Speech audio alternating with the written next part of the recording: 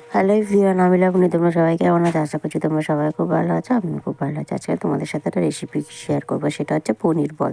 তার জন্য এখানে পনিরটাকে গ্রেট করে ধনেপাতা কুচি আর নুন, গোলমরিচের গুঁড়ো আর হচ্ছে চাট মশলা দিয়ে ভালো করে একটা ডো তৈরি করছি। ময়দা আর সাদা তেল একটু করে দিয়ে ভালো করে ডো তৈরি করে দেখতেই পারলে বলগুলোকে আমরা ভেজে নিয়েছি।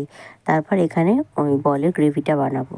তার জন্য পোস্ত, মগজদানা, আমন্ডস আর দই দিয়ে ভালো করে পেস্ট করে ওটাকে গোটা জিরে আর হচ্ছে গোটা গরম মশলা ফোড়ন দিয়ে ওটাকে দিয়ে দিলাম। এরপর ভালো করে ওটাকে কষিয়ে নেওয়ার পর এর মধ্যে মশলাগুলো দিয়ে নেবো। সেটা হচ্ছে জিরে ধনে গুঁড়ো, চাট মশলা আর গোলমরিচের গুঁড়ো। এইটা পুরোটাই ভেজ, তোমরা ট্রাই করে দেখতে পারো, খুবই ভালো লাগবে খেতে। আর এর মধ্যে দিয়ে দিচ্ছি কাঁচা লঙ্কা চিড়ে। তারপর গ্রেভিটা হয়ে যাওয়ার পর এর মধ্যে পনির বলটা দিয়ে আমরা নামিয়ে নিয়েছি। এবার আমার শাশুড়ি মা খেয়ে বলবে কেমন হয়েছে।